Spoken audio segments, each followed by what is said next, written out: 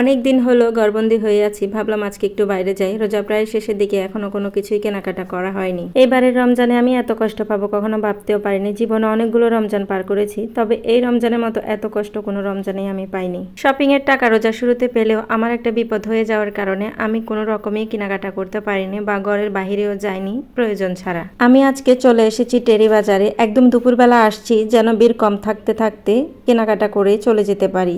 সন্ধ্যার পরে এত পরিমাণ ভিড় হয় যে একদম হাঁটাই যায় না, কি কেনাকাটা করবে। সব মানুষই সন্ধ্যার পরেই কেনাকাটা করতে যায়। বগর বগর করতে করতে কিছু কেনাকাটা হয়ে গেছে। একটা 3 পিসে হাতার মধ্যে কাজ নেই, সেখানে লেস লাগাবো আমি। কাজ করা 3 পিসের মধ্যে যদি হাতায় কাজ না থাকে খুব বেশি খারাপ দেখা যায়। তো আমি এখানে লেসগুলো মেলাচ্ছিলাম, একদমই হুবহু মেলে না, একটু লাইট ডিপ আছে, তারপরে নিয়ে নিয়েছি, কিছু করার নেই। এখান থেকে টুকটাক আরো অনেক জিনিসই নিয়েছি। গলির এই মাথা থেকে ওই মাথা শুধু হাঁটাহাঁটি করতেছি মা ছেলে দুজনে।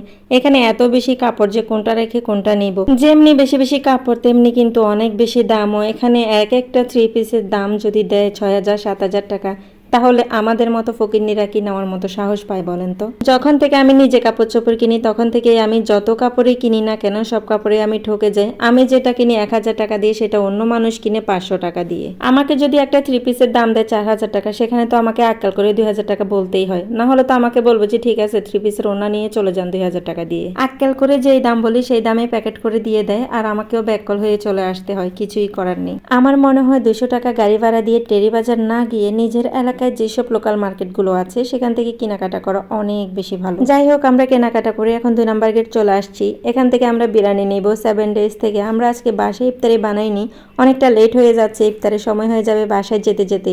তাই ভাবলাম এখান থেকে বিরিয়ানি নিয়ে যাই মা ছেলে বাসায় গিয়ে, তাহলে আর কষ্ট করে কিছু বানাতে হবে না।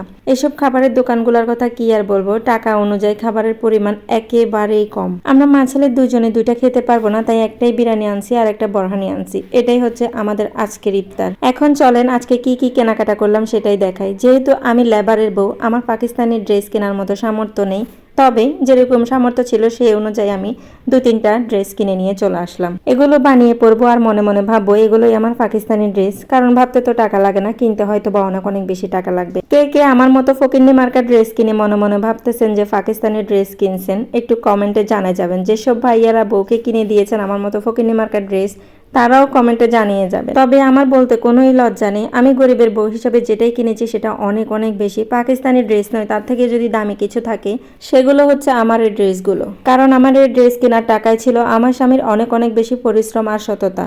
আমার এই ভিডিওটা দেখার পরে অনেকজনের মনে হইতে পারে এত কম দামি কেনাকাটা করার পরেও ভিডিওতে দেখাচ্ছি মানুষকে দেখাচ্ছি, এটা সত্যি। তবে এটাই বোঝানোর চেষ্টা করতেছি আমি অল্পতেই খুশি আছি, এর থেকে বেশি কিছুই নয়। আমার আজকের ভিডিও এ পর্যন্ত। সবাই ভালো থাকবেন, আল্লাহ হাফেজ।